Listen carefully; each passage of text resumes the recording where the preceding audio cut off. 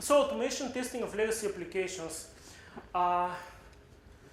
First, let me say what I mean by legacy applications. By legacy applications, I mean all the applications that don't have any automated tests at all. So the application may be new. You may have developed it 6 months ago, but if it doesn't have any legacy applications, I'm sorry, any automated tests, then it's legacy. During my career, I've been working a lot on legacy application. Basically, whenever I join a company, they don't start anything from scratch. You're just maintaining existing applications. So who of you has worked on legacy applications? Okay. The rest of you may be in outsourcing. Oops. Ladies and gentlemen, our sessions are starting now. Okay. На 5:15 влакът за Горна Оряховица на 4 август. Okay. So the rest of you may be working at outsourcing company because all the projects are new projects there. You give it to the end customer. You don't care what happens next. So pay attention because at some point in your career you may be working at such legacy projects. So what I want to show is for when you work there, don't be like that guy. Don't be beaten, unhappy with life. So the good, the bad, and the ugly. The good thing is that someone pays you to test the legacy applications and pays you some good money. So obviously there is a reason for those applications to exist. They have some business value. The second good thing about working with legacy applications is job security, because you know sometimes you're the only one who works on those applications. So the bad thing is that you actually the one assigned to work on those applications. And the ugly thing is actually the code. If you're a developer and if you look at the code, sometimes it's really messy and ugly. You start to lose a lot of hair. You know? Okay. So I've been in this business more than 13 years. Okay, so greenfield versus brownfield application. What's greenfield is? Greenfield is something brand new. You're starting from scratch. You can choose the programming language. You can choose the database. You can choose the messaging system, whatever. The word is yours. In contrast, when you work on brownfield projects, they look like this, a big ball of mud, you know, all the pigs there trying to do something. Pay attention, the pigs are young, because you usually put your interns or your junior developers to work there. All the senior guys, they said, no, I don't touch this shit. Okay. I'll quit. So yeah, it's unfortunate because the new guys, they see a mess and they make bigger mess of it. Okay. So the real reason why you want to invest in legacy systems, and as there is a business value, the real reason is for you, not for the company. It's for team happiness. It's not for speed. It's not for quality. If you're happy as a team, as a person, going to work there, working 8 hours a day, if you don't feel stressed, if you're okay, then everything else will fall. You will have quality software. It will perform well. So think about it from human point of view. What you want to do to be happy when going to work working such applications. Sometimes when working legacy applications, legacy system, looks like you're on that ship, okay? And then the ship sinks, and you know that the ship is sinking. You say, the ship is sinking. What can I do? I still give me a salary, so it's fine. So what can you do to straighten the ship up? So some of the reasons about why you may feel unhappy working with such applications. So the first thing is there are some stupid errors. There are errors that can be caught earlier in the development cycle that you as a QA should not waste time logging into a bugging reporting system. Sometimes you have a feeling that developers are just giving you software, they're just throwing the software at you without even opening the application, without even opening the page. And you say, how can you give me this piece of crap? It crashes all the time, 404 error or critical error or whatever. So there's a whole class of errors that can be caught earlier in the process. It's really frustrating. The next thing is regression bugs. There seems to be a full class of bugs. They are like vampires. You cannot kill them. Every release, every cycle, they repeat over and over again. Some of you laughed, so you know what I mean. But they kind of resurrect from the dead, and you see them over and over and over again. It's really frustrating. Next is fragile. Legacy systems tend to be fragile. Once you fix a bug, you usually introduce two other bugs. And I've worked in a project where there were 3 developers and there were 5 QAs. So more QAs than developers. Why? There were no automations, no automated tests, and even a single line of change would require 3 days of testing by the QA guys. So talk about discrepancy between the QAs and developers. Having said that, slow feedback. Developers in this team were receiving feedback after 3 or 4 days after they have committed new code. So they don't know, is the new code good, is it bad? I don't know. So what they do, they just tumble their fingers and play some game online. What you want to do is give fast feedback to the developers for the new code. The next thing is repetitive work. So how many of you have worked on an application where you have to manually perform a set of given tasks before every release, before every milestone, before every major package? So you do manual, you go through this manual list of tasks that you have to perform. So what about if you are drunk on the next morning? You skip checks, and you start feeling like a robot. Unlike a human being, you start feeling like a robot. So we don't want to do that. All this leads to a slow progress, and sometimes it takes ages to make changes in a legacy system. Why? Because of all those things. And what management usually does is they pour more people to the project. They say, more people will solve it. But as you know, it usually doesn't. So what you need to know as a QA professional is that it does not depend on you. You're the ones that kind of measures the quality, but you're not the ones who are writing the code. So everyone needs to take responsibility. The developers, the QAs, the product owners, the operations people, system administrators. It's everyone's job to look at the quality. And I want to show you today how to think about your system as a whole and how you can influence the different players in the system. So shift left is a big paradigm that you hear from me. What shift left means is try to find the bugs as early as possible. The old saying that the bug is more costly the end you find it into the life cycle chain. So if the customer finds the bug, it's really, really expensive because you have to deal with customers' issues and PR issues maybe. So it's cheaper to find all the problems earlier. So shift left, the left cycle, while we're designing or developing even the code. So trying to find the bugs there. You'll see a lot of the slides will relate to that. So what can you do to straighten your ship so it can sail again? The first thing that you have to do as a QA working with the legacy application is start with some basic acceptance tests. Code them end-to-end tests, code them tests from the customer point of view, but try to automate some of your basic functionality. How can you judge which is good and which is bad? Well, follow the Pareto principle. You probably know that 80-20% rule.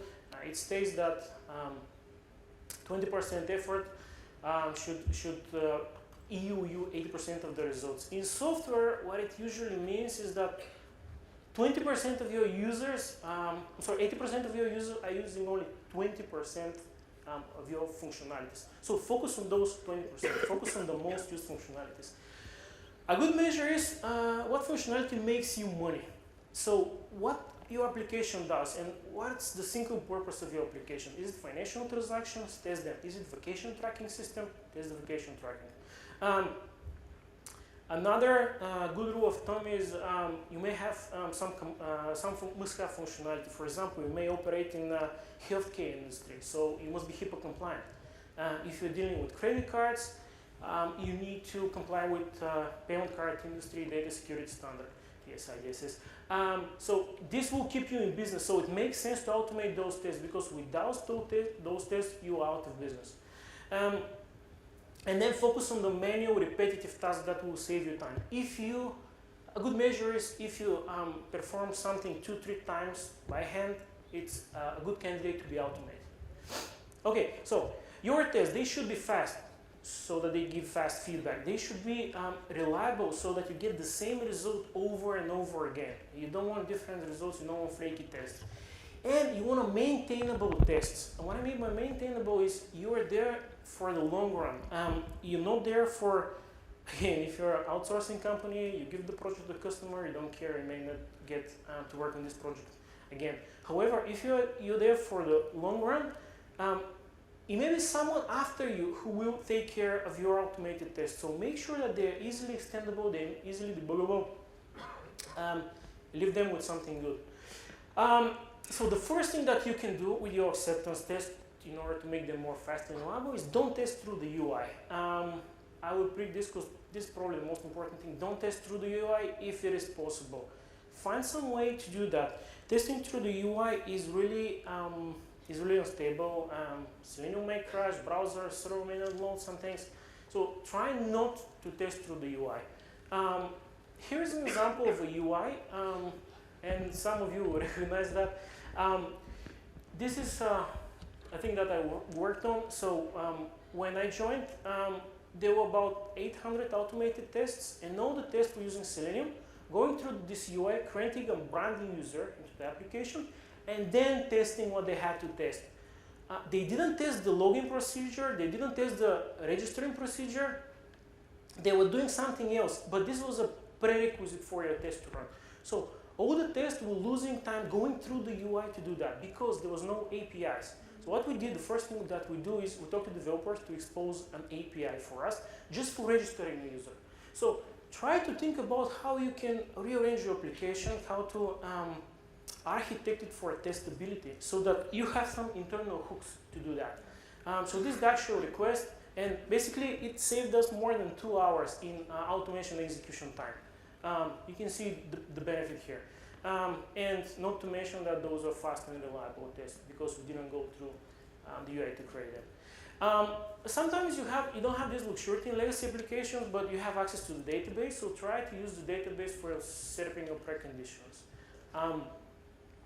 Insert something directly into the database or use the stored procedures if you're entering like that, but try to set up your preconditions in easy and reliable way.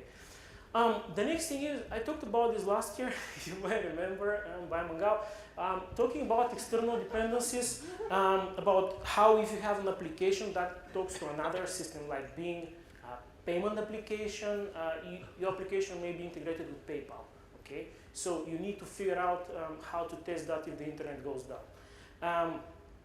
If you're always talking to the PayPal, for example, your test will not be very reliable. So what you want to do is have a way to detect whenever the request in your application is coming from automated test. And if it's coming from automated test, then what you want to do is fake or stop the response so that it's faster, it's easier. Basically, the request should not leave your network. You should not test PayPal's capability. You should only test yours.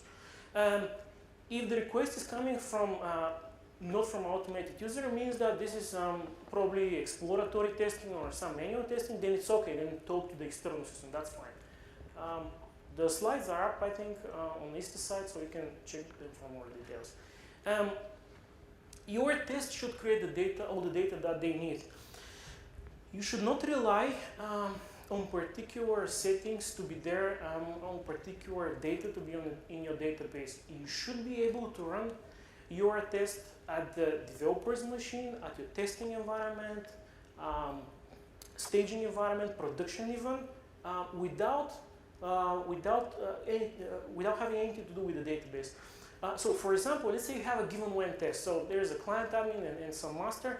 The given when then, so the given steps are your preconditions to your test. Given a master user and master agency and the client admin. So client, the test is actually testing that the client does not have permission to view this agency.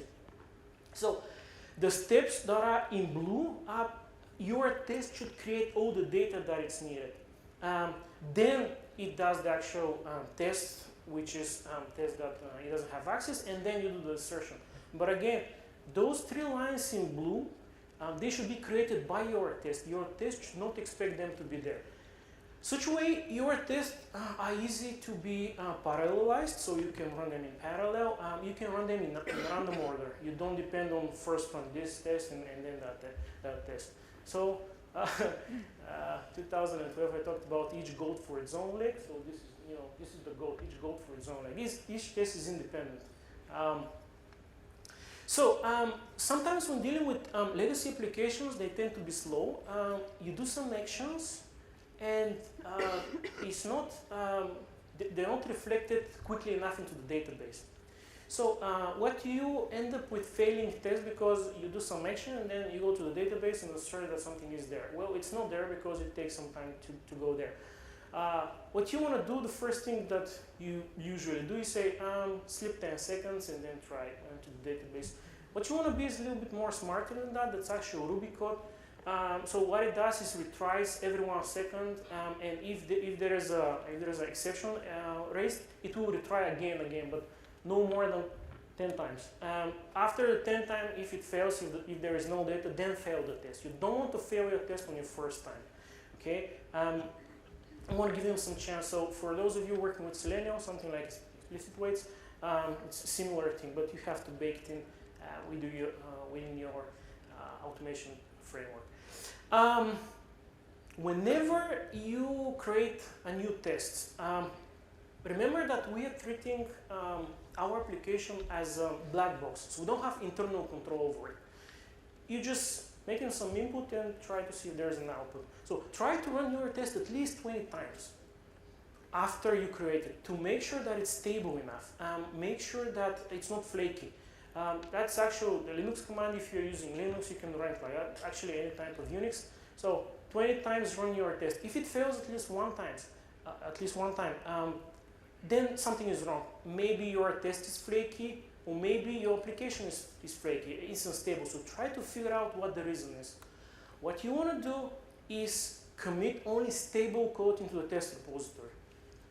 So the next thing, automatically run failed test. What it means is after you start to accumulate a large number of tests, you usually run them nightly because they will take a lot of time.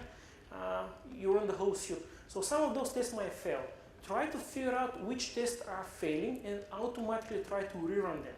Because think about it, what are you doing in the morning? When you come in the morning to work, what you do is, again, you rerun the tests that have failed during the night. So why don't you do this automatically? Again, if they fail for the second time, then you fail the suite. Now, for the developers out there, you don't want to do that with the unit test because you control everything for the unit test, all the environment, it's executed only on memory. However, here, it makes sense because you don't have full control of your environment, and it's also a legacy application. So, rerun them.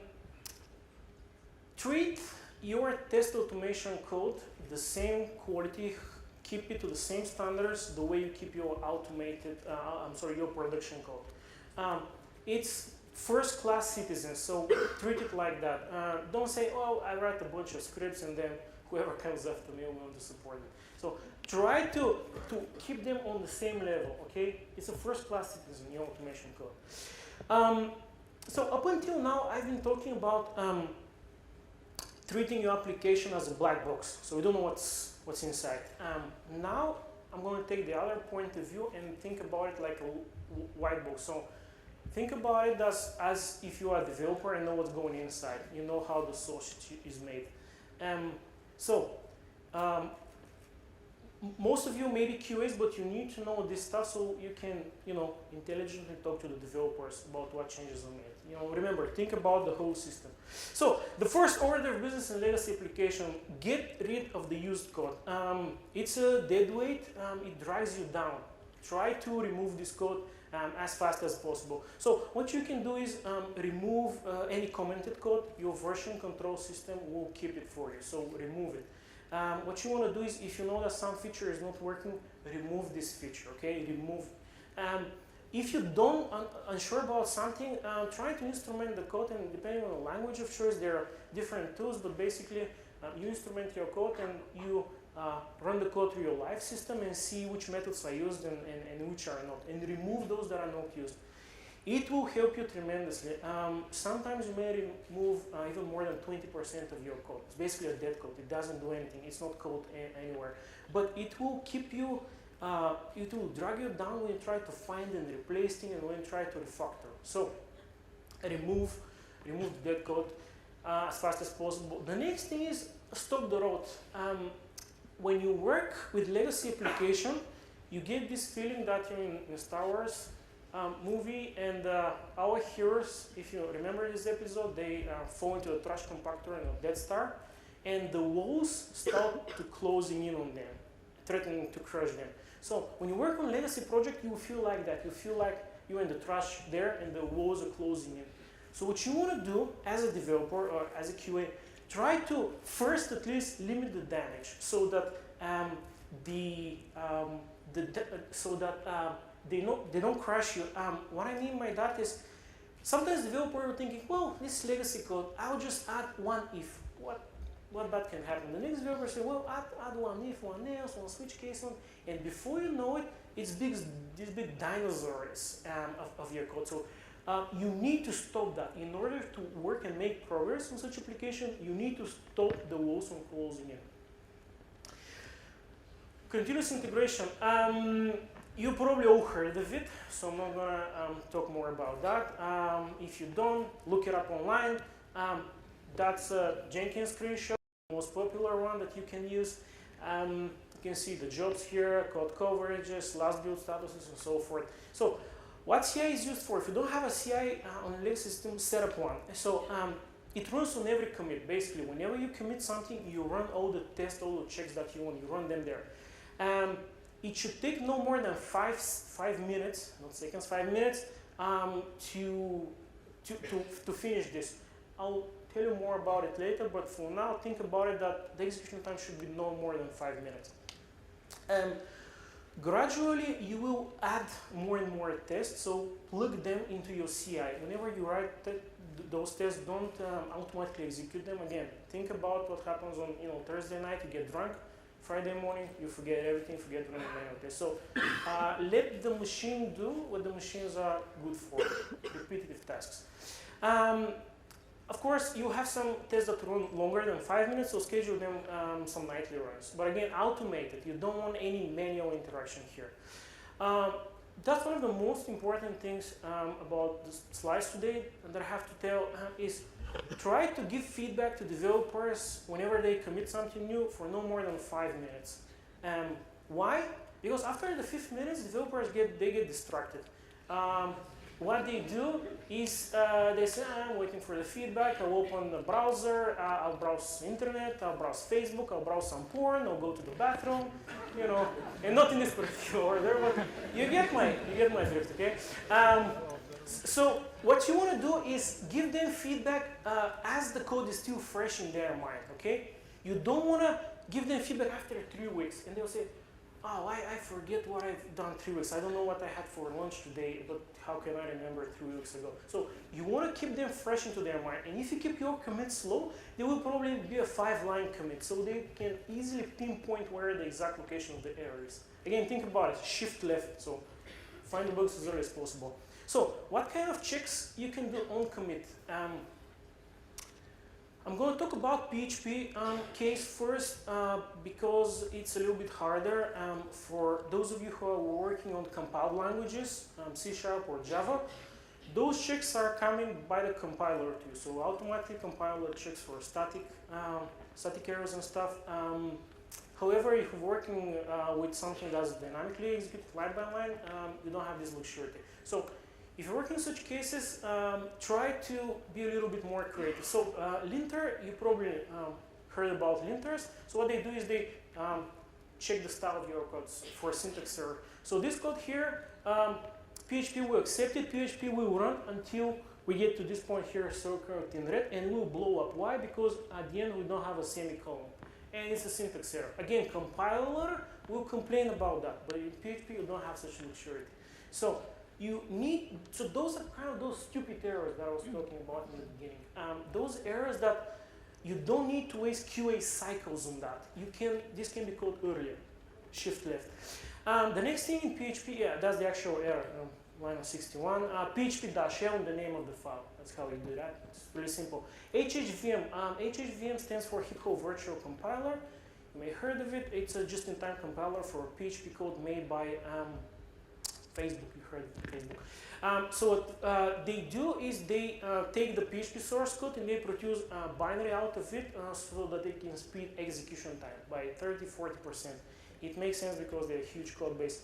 However, what they give you for free, the hip hop virtual machine, is that they analyze your code. So for example, in PHP, if you try to call here a method that does not exist, look, even the ID highlights it. The highlight means that light yellow background means that it cannot find where this definition is.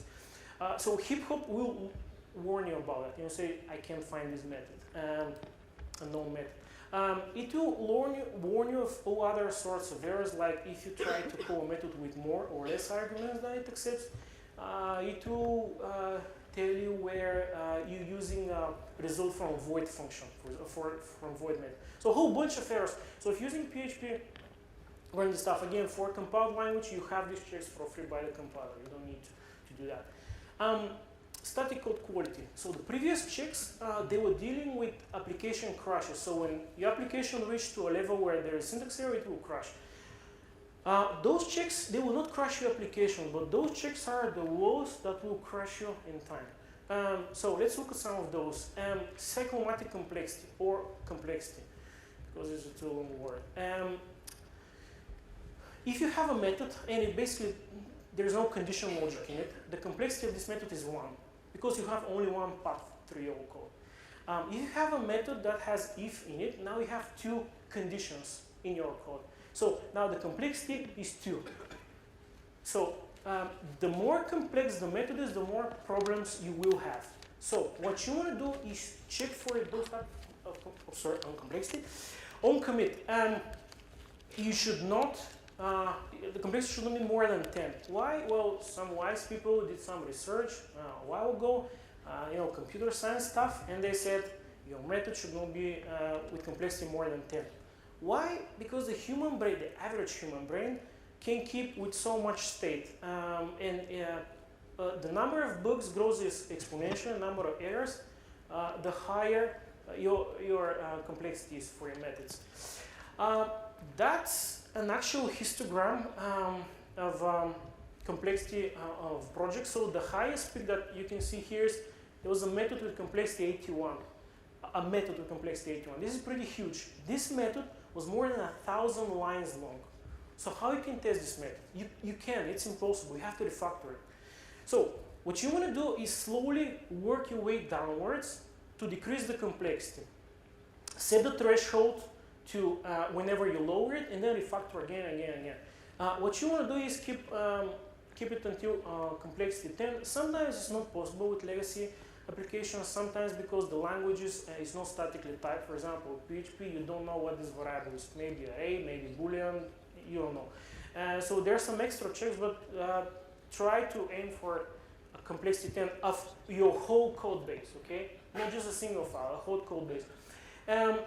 The next thing is method size. There are actually a lot of things that you can check on commit, static code quality. Those are the 2 most important. So try to keep your methods lower than 100 lines. Even it's better if they're 50, depending on your language of choice. Java, maybe a little bit longer. Ruby, maybe a little bit smaller. But it's a good, hard, fast rule to be less than 100 lines. Again, those things can be done on commit. It's not one-time action, okay? You don't just go in the morning on Monday and say, oh, let's check the cyclomatic complexity. This needs to be ongoing on every commit. And basically what you do is you fail the build if the complexity is higher. If it's higher than 80, then you lower it to 70 and you set your threshold to be lower. Refactor, set the complexity to 60. And this gradually will improve your code. This will stop the walls from closing in, okay? So unit tests, this is developer stuff, but you need to write unit tests, not the case developers. the outcome is not the actual unit test. You will not find any new bugs there.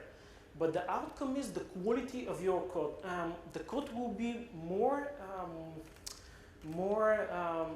oriented for testability. It will be more. It will be in smaller chunks and in more maintainable state. So the actual result is the quality of your code. It's not the actual unit test. They are bones. The unit tests are bones. So let's look at some of them. Well, they're written by developers who are writing the code.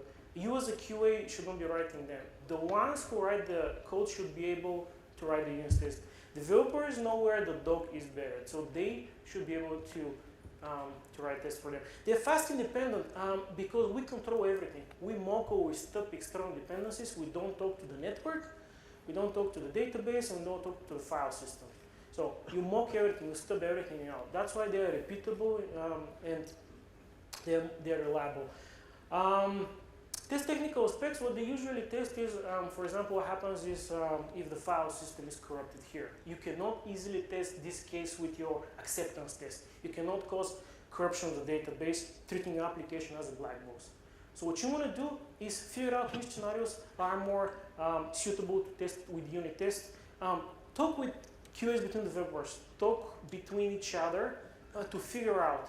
There is no need for the QAs to repeat the same test that the developer does them by unit test. So the test should be as close to the code as possible, no more, no less. This is really critical. I've talked about it last year also, but just talk to each other, okay? And see what is covered by unit test and what will be covered by acceptance test. So I have a short demo. I hope it will work and my Mac will not fail me. Oops, not that. Okay, so these are unit tests, so I'm going to run them to see how fast they should be. Come on. Okay, you see?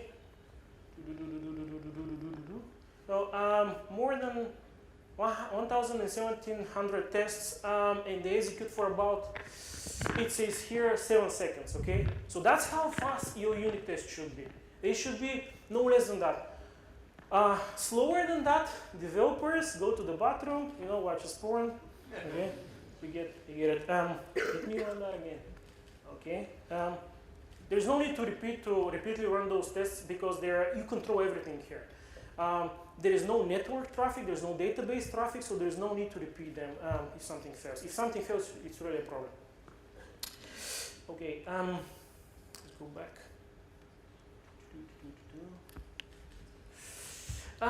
So 100% test coverage is not sufficient. Why? Well, sometimes developers say, well, I've covered this 100% and my code coverage tool says that I'm fine, and it's covered and you don't need to worry about it. Well, guess what? It's not enough.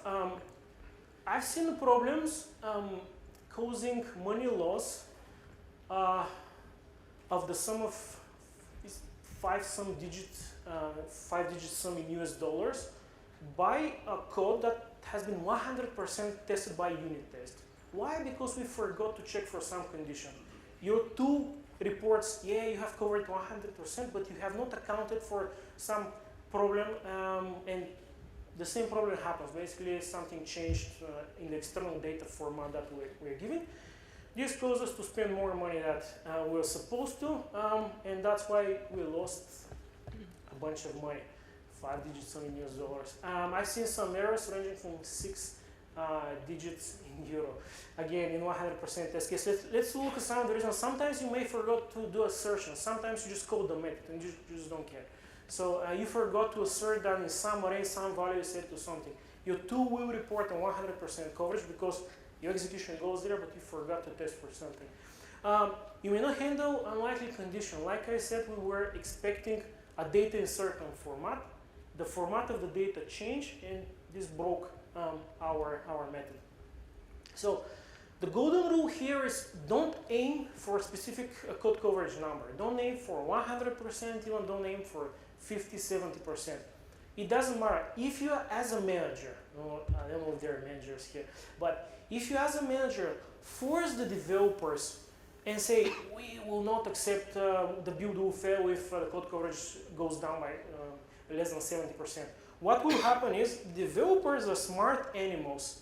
They will find a way to game the system. They will call the method, they will not assert anything, they will not make the effort. They will go through the path of the least resistance. You will still get your number, but it will not protect you. I've seen this in practice and lost a bunch of money on that. So try to test what's really valuable, what's really important. Don't aim for a specific number. Especially with legacy application, it's not humanly possible to unit test everything. So test the most important part. Security tests. Everything I said until now are checks that have been done on commit. And there is no reason why you will not do your security tests, security checks on commit. There's no reason about that. Your situation may be different, but let me tell you about our case. So, PHP application that uses A.db to connect to the database. You know that about SQL injections. I'm not going to go into details, but the first line here, it uses getRow method, and there's the first argument is just a string that is a database query. So what happens is, for those of you who don't know PHP, this will interpolate to the user ID because of $sign here. So what happens is, if user ID is controlled by an attacker, he can inject a lot of stuff into a database. Basically, single quote here, and then from now on, whatever he likes. So this is a vulnerable way to use getRow. Now, ISTA is smart, so they let you do the right thing. So the right thing in this case is you put a question mark on your argument there, and you put the parameter in an array list. Such a way, getRow ISTA will escape whenever it's in a question mark with single quotes. So there is no SQL injection. Okay. However, note what specifically about this one. Well, it's a little bit longer, and developers are lazy, and they have to type a lot to do that. 10 characters, but like I said, it's lazy. So sometimes they're lazy, sometimes they don't know better. Sometimes they are forced by pressure to make such a shortcut, because it's really easy for them. However, this class of vulnerabilities is not easy, but it's not also that hard to be caught on with static code analysis. So you don't need to run whole application security suite on your deployed application to catch those sorts of errors. They are in your source code, and you can get rid of them once and for all. So there was no such tool, and we've developed one. You can find it here, github.com/Emanuil PHP report, the Grim report that will catch all the bugs. So what this tool does is it tries to evaluate your analyze your PHP code, and it said if there's a string concatenation, look at where the strings are coming from. Are they from inside the method? Are they from outside? For the ISTA commands. So you eliminate that. That's a burp suite for security scanning of your application. You can see the highlighted area there in red that the SQL injection box is not checked. So we don't check for them. With a single command line tool, we have get rid of all the SQL injection in this application. Okay, it may be useful for you, it may not be, but just think about such ways to specific to your application. So bottom line, it scans your PHP code for SQL injections. It's a command line tool, and it's made to be run on commit on CI. So whenever you commit something, it takes is -1 if there's a problem to fail your CI job. We plan to expand that to extend to a command such as programs such as shell execution and system method in PHP and eval, where you can evaluate PHP code. So look at it, and if you have any requests, so submit a pull request. We'll be happy to do that. The bottom line here is that think about, this is not about our specific case, but think about what you can do for your application to shift left, to find problems on commit. It may not be security problems. They might be some small performance checks, or there might be compliance checks, or maybe internationalization and localization checks. So try to do that on commit. Try to shift left. All of those checks that I've showed you up until now are running for less than 5 minutes. So linter, hip hop, unit tests, static analysis for the code complexity, and security checks. All of this less than 5 minutes. Less than developers have time to go to this. Okay. So monitoring. The same way that you do not want to fly on a plane that has all these measurements instrument turned off, you don't want to work on application that you don't know what's going on inside. What you want to do is think of the monitoring as a second line of defense. Your automated test can go so far until you have deployed your application. After you have deployed your application live, on production, your application automated tests are worthless, okay? So what you're left with is the monitoring tool. So this is your second line of defense. You can show a lot of stuff with a TV and Raspberry Pi. I assume you all know what Raspberry Pi is, small computer, you hook it up to an HDMI port. So this is a thing that should sit on your developer's room where developers are sitting. You can see the different types of jobs. The data is coming from the CI. This data refreshes every seconds. So this is a real-time monitor. So whenever you have, the red rectangle there, it says that the JavaScript tests have failed the last time. And I talked about PHP, but you can do the same checks with Java also, unit tests and so forth. PHP tests are still running. They're at 94%. So they're not completed yet, but you can see how the progress is doing. API tests are okay, they're green. You can see the code coverage here. You can see errors, PHP errors in the last hour. Methods too big here it designates methods that are over 100 lines long. So what we need to refactor this should go up till here. So this is for your developers, okay? Most of you are immune to email notifications. So they tend to make rules to delete everything that's coming from Jenkins jobs and so forth. So that's why we've invented the TV. So TV sits into the room, and whoever enters the room, just with one glance, he can see the status of your current project. If he sees a lot of red stuff, then it says, okay, there's something wrong. Okay, so it's not a channel, it's a visual channel. Okay, not sitting on your computer, but you have to look your way up. If you're really nasty, you can make the computer say the name of the developer who broke the build. Okay, if you're really nasty, and if you're a bigger evil, you can send electric shocks. Okay, so another thing that you can show on this TV, you can make the screen change. So those are some database statistics from Mongo reads and writes. So you can see the peak here. It's at about 4 a.m. That's because some cron jobs are running there. So that's why you see the peak. But usually, if something goes up, maybe more than 1 million writes per hour, then something may be wrong. The lines here, I don't know, do you see those? There are two thin lines here.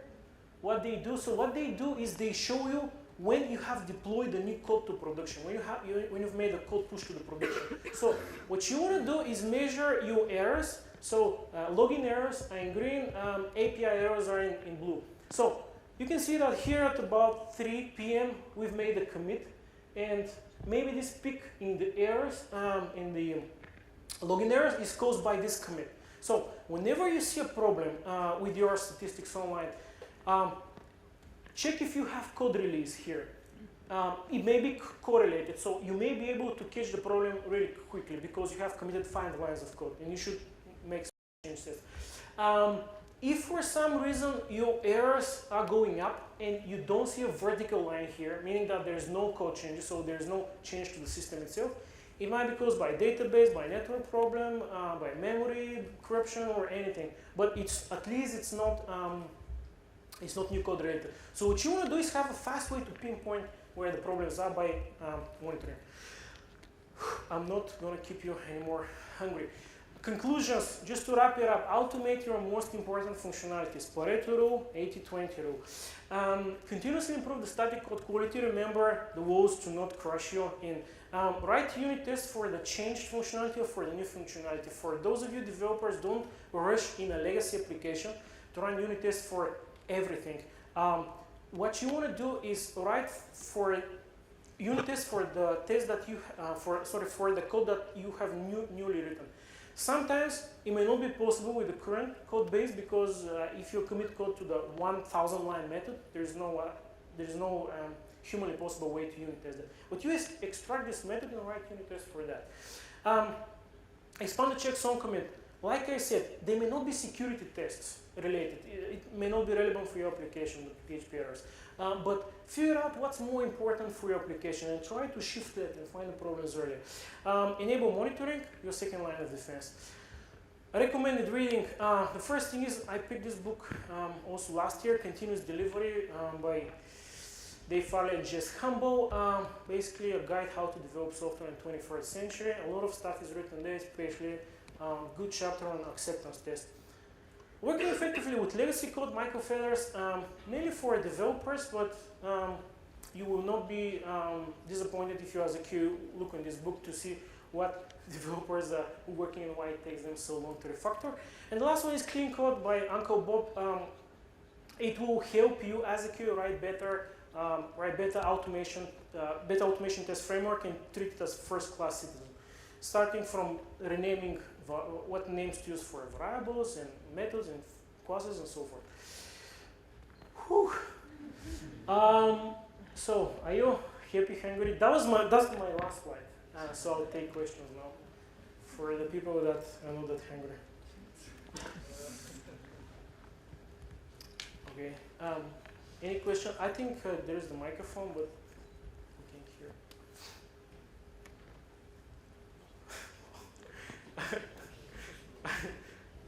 I should have drank that much before presentation.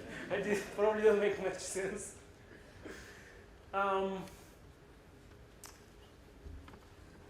Okay, if you don't have any questions, I'll stick around. So, What exact tools do you use for monitoring?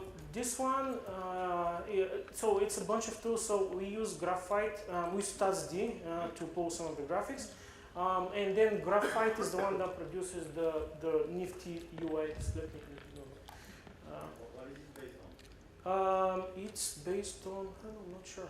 I think it's Ruby code, I don't know, I'm not sure. But basically it's a service, so whenever there is some error, you just send a request to this server and it will keep track. You can implement or you can use gauges to measure, for example, the kind of CPU load or whatever. But what you also want to monitor here is some business activities, like for example, the number of subscriptions per hour, if you have those, the number of transactions, the number of money that you're winning, that you're accumulating every hour. Try also to, because those are developers metrics, like number of errors, Mongo read, right? Business doesn't care about those. They care about, making money. So you can have separate dashboards for them to show them just the business metrics. Here, it's called dashing. It's just the UI like a metro interface thing. And it pulls for those 4 things on upload. It takes data from the CI, from continuous integration server. It's just a nice way to show that in the progress there. It refreshes every second, so it's nearly. Some of it is custom developed the way you get data. For example, we take this from a database because there's a table where we store the errors. So there's a custom code to fetch the errors and display them. So this will turn yellow if you have less than 5 errors within an hour. If you have more than 5 errors within an hour, it will turn red. Means that, but it's all customized. You can customize all of this. It takes data from SoniCube. You know that it's a way to analyze your code. Java, but also used for all other stuff. So there's a repository of how we are doing with time of the batch. So the idea is you can take data from different sources. It doesn't have to be your CI only. CI is the first row, but everything else you can take it from whatever system you have. But it's a nice way to show it on a single screen. But again, this is useful only for the developers. Yes. More like it is one tool that you can easily configure to work with CI with. It's the UI. The UI is one too. What Yeah. we see, one open source project or some paid tool that you use and configure. This is open source, but you have to modify it a little bit to suit your needs. Basically, you have to modify whenever. What is the name of it? Dashing. It's called dashing. Yeah, it's called dashing. You also have to adjust it for your TV size if you have HD and so forth.